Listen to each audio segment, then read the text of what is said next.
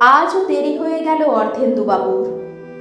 ইদানিং রোজই এরকম দেরি হয়ে যাচ্ছে, ঘুম ভাঙতেই চায় না। সকালে উঠে হাঁটুতে আর গোড়ালির নিচে অনেকক্ষণ একটা আড়ষ্ট ব্যথা খুব দুর্ভোগে ফেলে। তারপর 12 ঘর, একখানা কলের বারোয়ারি সংসার, বস্তির টালির ঘরে এ কাজ সে কাজ সেরে অর্ধেন্দুবাবুর বড্ড দেরি হয়ে যায়। আজও দেরি হয়ে গেল অনেকটা। ছাত্রের বাড়ি অনেকটা পথ হেঁটে যেতে হয়। রিকশায় গেলে নগদ 2 টাকা, তার চেয়ে হাঁটাই ভালো। ইদানিং বয়স তো আর কম হলো না, হাঁটার গতিও গেছে কমে, চোখের শক্তিও যেন এসেছে অনেকটাই কমে। ছাত্রের বাড়ির সকালের এই পড়ানোটুকু নানান দিক থেকে অর্ধেন্দুবাবুর ভারী প্রিয়।